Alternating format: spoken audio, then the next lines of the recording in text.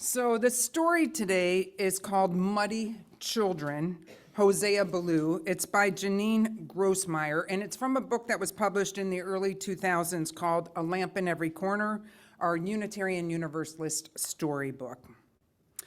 So over 200 years ago, in a small town on the edge of a forest of very big trees in the state of New Hampshire, there lived a small boy. His name was Hosea Ballou. Hosea, just like any other children, liked to learn, and do new things. He was always asking questions about what and why and how. And just like any other children, Hosea liked to play. He liked to play hide and seek with his brothers and sisters. He liked to play word games inside when it was rainy. And he liked to play tag outside when it was sunny. In the winter, he liked to jump in snowdrifts. In the summer, he liked to jump into the creek. In the fall, he liked to jump into leaf piles. And in the spring, spring was Hosea's favorite season of all, because in the spring, it would rain and rain and rain, and then Hosea would jump into the mud. Hosea, just like any other children, loved mud. He liked it when it was soft and squishy. He liked it when it was thick and sticky. If it didn't rain quite enough, that wasn't a problem. Hosea would carry water to the dirt and create glorious mud puddles all of his own. He liked to poke sticks into the puddles and see how deep the mud was. He liked to make mud pies and mud dams. He liked to jump into puddles hard with both feet and make the muddy water splash really high, so that the mud splattered all over his brothers and sisters' clothes. He loved to step in puddles very slowly so that the mud oozed up just a little bit in between his toes.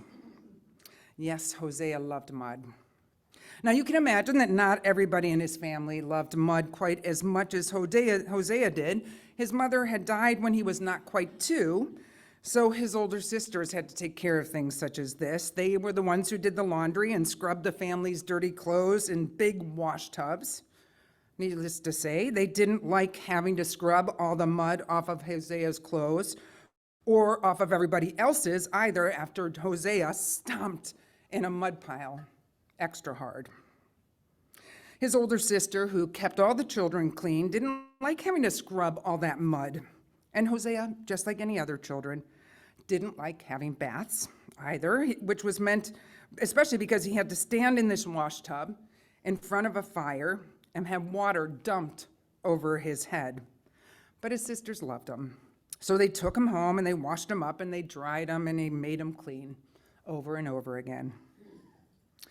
Then Hosea's sisters went to his father and said, "Father, please tell Hosea to stop playing in the mud." "Hosea," said his father very sternly, "you should not play in the mud." "Why?" asked Hosea. Because just like any other child, asking questions was another thing that he really loved to do. "Because," his father said, who was one of the preachers at a local Baptist church that the family went to, he said, "Just as we try to live a good life, to be kind to other people, and to follow God's plan, we try to stay clean." "Yes, Father," said Hosea, and after that day, he did indeed try to stay clean, but it wasn't easy. He stopped stomping in mud puddles on purpose and splashing the muddy water everywhere. He stopped making enormous mud pies, but sometimes the mud was just there. Then he had to walk through the mud to get across to the yard to gather the eggs from the chicken. He had to walk in the mud to feed the pigs, and sometimes, when he was already a little bit muddy from doing his chores, he played in the mud, just a little bit, and he got even muddier. His sisters, who loved him, took him home and they washed him and they dried him and they made him all clean. But Hosea's sisters went to his father once again and said, "Father, please tell Hosea to stop playing in the mud." Hosea's father said even more sternly this time, "You must not play in the mud." "Yes, Father," Hosea said. He was sad because he truly tried not to get muddy, most of the time anyway. "Are you very angry with me, Father?" said Hosea. I'm disappointed in you, Hosea, and I'm a little bit angry with you. Hosea hung his head and he kicked the dirt with his toes, and then he dared to look up just a little and ask, "Do you still love me?" "Hosea," said his father, and his father didn't sound very stern anymore. "I will always love you, Hosea, no matter what you do." "Even if I get muddy again?" "Yes." "Even if I get really, really muddy?" "Yes." "Even if I get all the mud up to my eyebrows and between my fingers and my toes and in my hair?" "Even then," his father said with a smile. Then he added, very stern again, "But remember, Hosea, you must try to stay clean." "I'll remember, and I'll try," Hosea promised, and he did. He stayed clean most of the time anyway, and as he grew up, he stopped liking mud so much, but he still liked to ask questions about what and how and why. "Father," Hosea asked when he was a teenager, "how can it be that our church believes that God will let only 1,000 people into heaven, even if many of those 1,000 people lead good lives?" Let me think about this. "How can it be that our church believes God will let only 1,000 people into heaven? Oh, even if many thousands of people lead good lives?" His father didn't have an answer to that question. "Father," Hosea asked, "if I had the power to create a living creature and I knew that the creature would have a miserable life and would suffer and die and then go to hell and be miserable forever, and I went ahead and created it anyway, would that be a good thing or a bad thing? And would I be good or bad?" His father didn't have an answer to that question either. Hosea had to find his own answers, so he read the Bible, a book with many stories about religious people and about God. He went to some Universalist churches and asked more questions there. At the age of 19, Hosea decided he believed in universal salvation, which is the idea that everyone, everywhere, everyone in the universe will be given salvation. Eventually, everyone will be saved from hell. And not only did Hosea believe that God would let more than 1,000 people into heaven, Hosea believed that God would eventually let everyone into heaven, good and bad. "How can you believe that?" asked Hosea's father. "How can you believe that God would let bad people into heaven?" "Because, Father, I remember when you told me when I was small, I believe that even if God is disappointed with people or a little angry with them, God will always love them and want them to be happy, no matter what they do and no matter how muddy they are." I love that responsive hymn. Thank you guys for singing it so beautifully. I love getting into that murkiness of love and misery, of hatred and compassion and morality, all of that muck and mud of this very human experience that we get to share with one another. This month's theme is courage, so I thought I would share the story of someone who is often referred to as the father of universalism, and some of his courageous thoughts and writing and theology that influenced universalism and the trajectory of liberal religion, Hosea Ballou. His greatest contribution to universalism was a piece that Chad read just a little bit from, which was the 1805 piece called A Treatise on Atonement. We here are people who gather under a broad theological umbrella of Unitarian Universalism. Today, we turn to a variety of theological and spiritual paths to encounter a sense of awe and wonder, to explore life's mystery and meaning, and to live a life of integrity and love and continual growth. Our history is something that we share as a heritage and as a religious identity.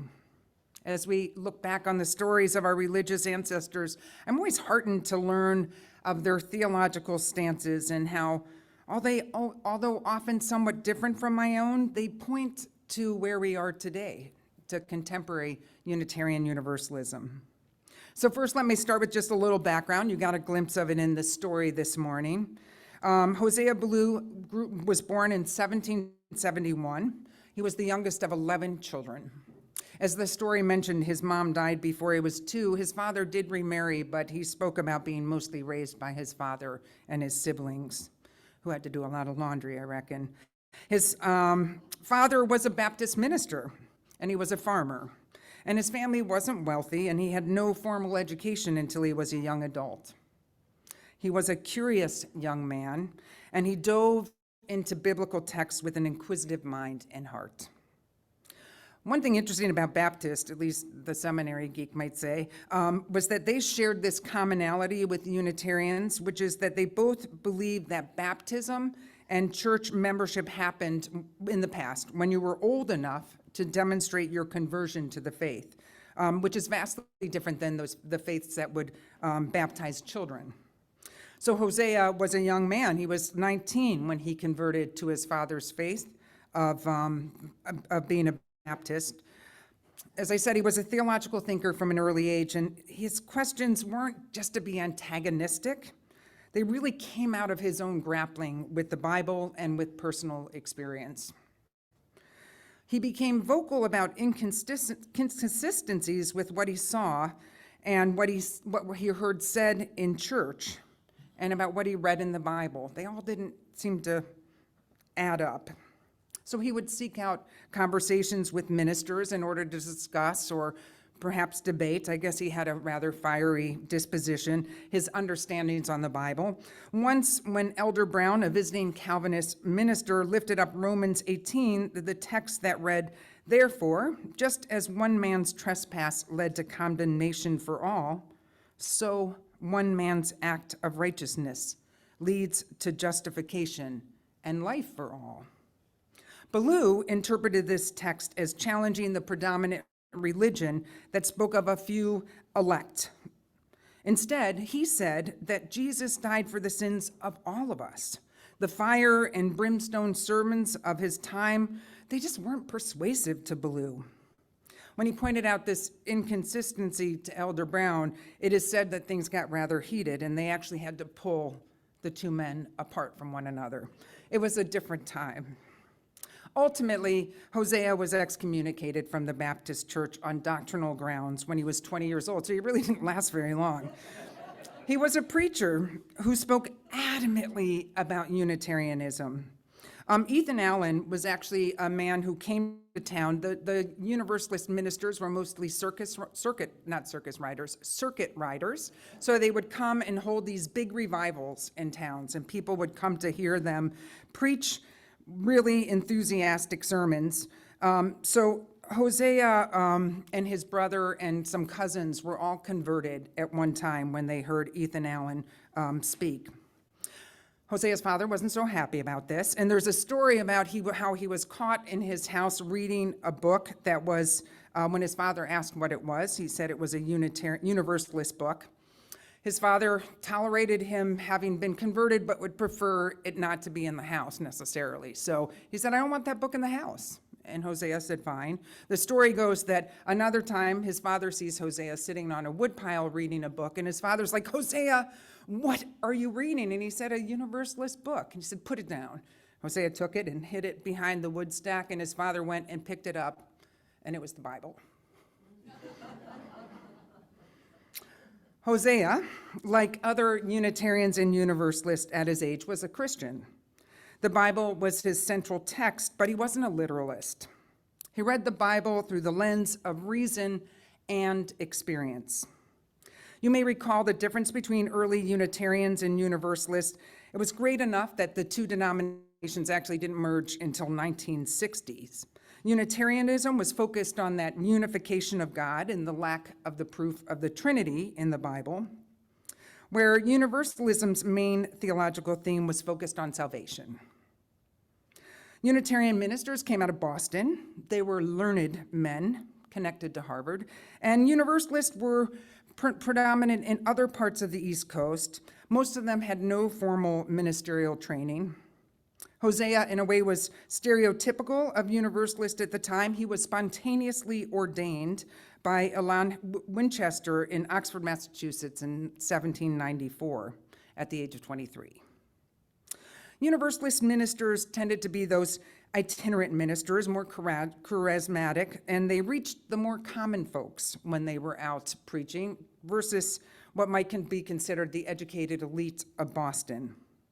Many kind of looked down on them as uneducated, lower-class farmers versus, prestigious men of the church.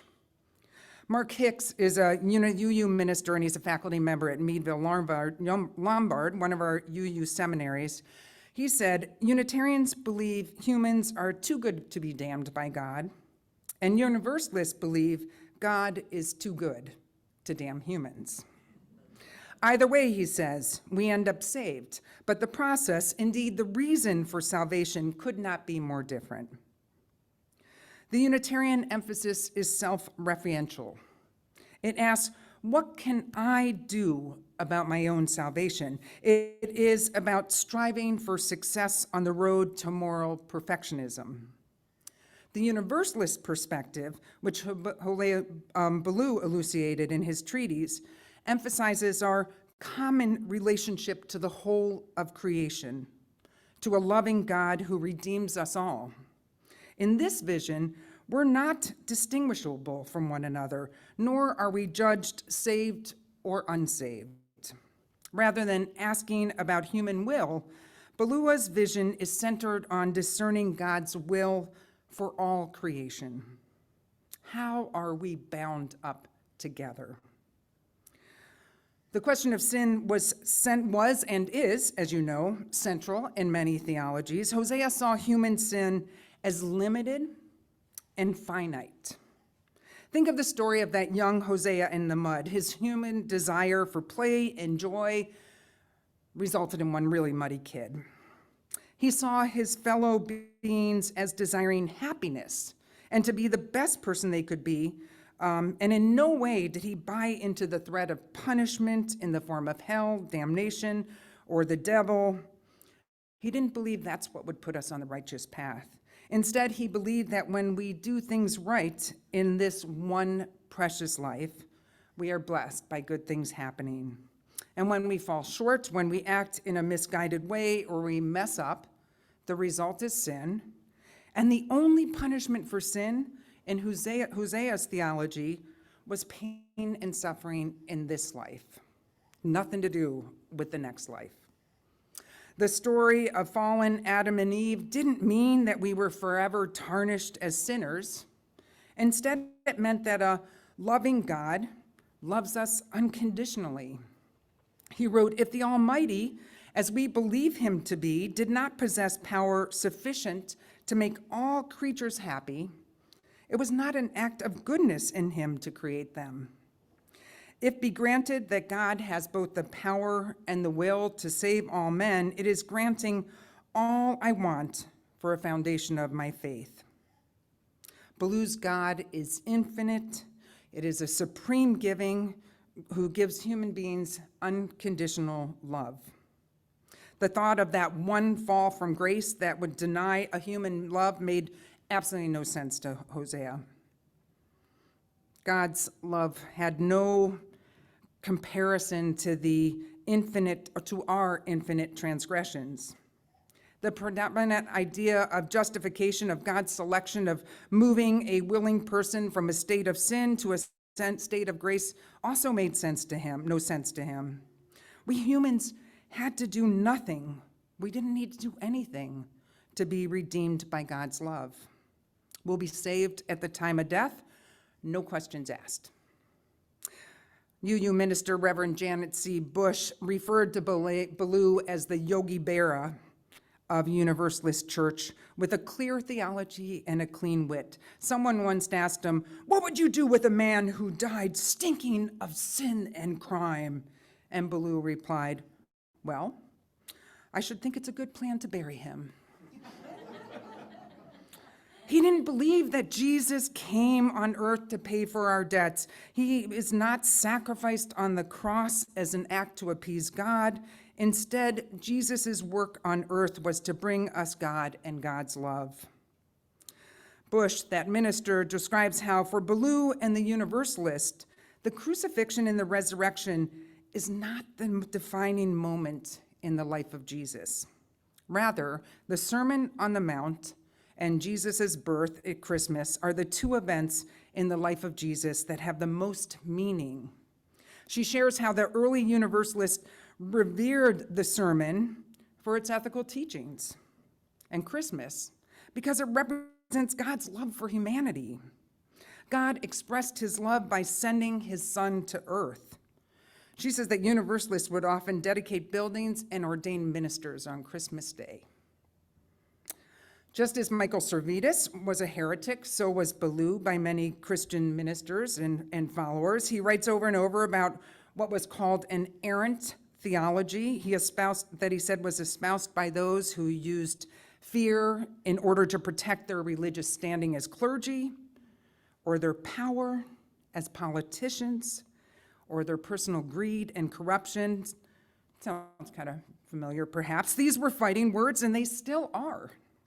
In an article on Ballou by a conservative Catholic webpage that was for a Benedictine order in the city where Ballou was raised, it was a 2006 article. The author wrote, "This article isn't about the life of a saint. It's a brief look at a man who produced a false religion. Undoubtedly, some of you who have been confronted with the same perspective by people you know who hold conservative religious views. If sin isn't ultimately punished, what keeps humans from committing sin? Or why on earth would you show up here on Sunday morning when you don't have to stay in God's favor?" At this point in time, as Kathy will kind of fill you in, we cite 6 sources of our faith. The first of that is direct experience of that transcending mystery and wonder affirmed by all cultures, which moves us to renewal of spirits and an openness to the forces which create and uphold life. I love that one. The UU curriculum, What Moves Us, writes that Hosea Ballou's most important theological work, the Treatise on Atonement, that was in this work, he defined theology as a science of human experience. Theology is not a speculative art. It's always about human experience. So he concluded we ought not argue over religious matters of truth, which we have no knowledge of by experience. I also think of our recognition of this undeniable interconnectedness that we speak of in our principles, ultimately that we will all thrive when everyone thrives and the planet thrives. Hosea believed that our own personal happiness and well-being was tied to that of others.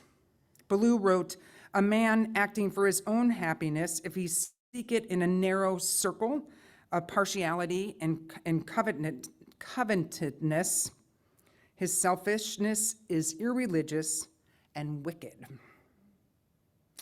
The hierarchy of who's in and who's out of God loves, who's deserving and non-deserving, as espoused in his times, in these times, is in his mind false religion.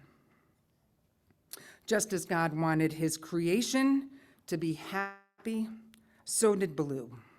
He wrote, "I neither expect nor desire perfect happiness when I see my fellow man in misery."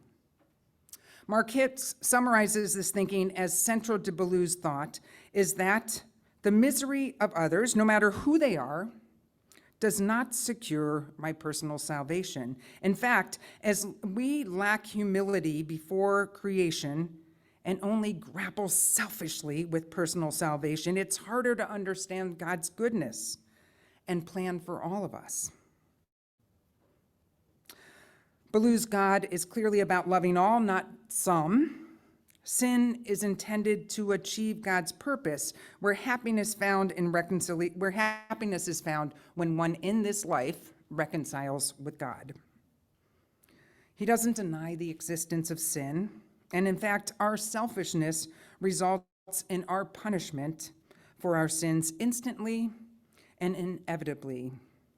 Because sin is punished here, God's love isn't selective in the hereafter, and thus there are no distinctions in heaven.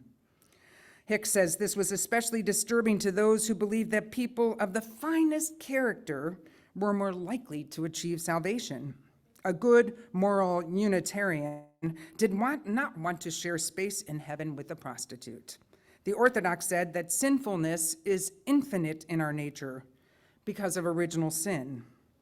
But Ballou says, nope, sin is finite, and it reflects acts of finite human beings. So many of us, Unitarian Universalist in congregations today, would likely be uncomfortable with Ballou's idea of this omnipotent God who determines what happens in our lives. But if you don't throw the baby out with the bathwater, there is an inherent love and care in Ballou's theology. Hicks writes, while his determinism, that idea that God determines everything, seems to deny our ability to act and includes the notion of sin as part of God's plan, it's a more powerful message is the nature of the universe and the purpose of life. It tells us that God is this mysterious fountain of love from whence we sprung. This is a gripping relational power that allows us to turn to the creation and feel trust and comfort, to know that our fears are held by this love, which increases in power as each of us opens to it. There's a completely egalitarian concept of salvation at work to this universalist gospel. It's not our individual acts that will save us, nor is it the class we belong to which will approve our salvation. All that matters is that we connect with the larger moral force which unites the universe. Harmony with the whole is much more important than individual excellence. This theology affirms that we are all good just as we are. How can anybody ever tell you that you're anything less than beautiful? So there's kind of this divine acceptance or a grace of each of us just being the best as our own being. We're not cast out. Ballou wrote, if God is infinitely good, then all beings whom his power produced are objects of his goodness. This brings us back full circle to where the moral existence of humanity is in the body of God. Each of us fits into God's scheme of salvation, and thus each person is blessed and has a purpose in this life. So Ballou, this universalist evangelist of the gospel of love, believed in this deeply personal and relational faith. He believed in a God of infinite and unconditional love for all of us, regardless of our inevitable shortcomings. As described in the story of him as a muddy child, he grew up with this father who kept loving him despite his questions of faith and his conversion and his theological distancing from his father's, original faith. He kept loving him as he wrote this treatise on atonement. I think Ballou would have embraced our contemporary language of the inherent worth and dignity of every person and the truth of the interconnectedness of all of us. He brought forth a faith that turned away from our need for fire and brimstone, eternal damnation, or selection of a few, and instead he reminded us of our God-given right to joy and an expectation of love and care and compassion for all.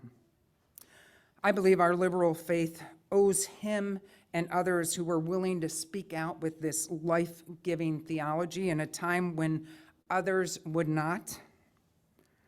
So with gratitude and joy, we will just say, let it be, may it be so, and amen.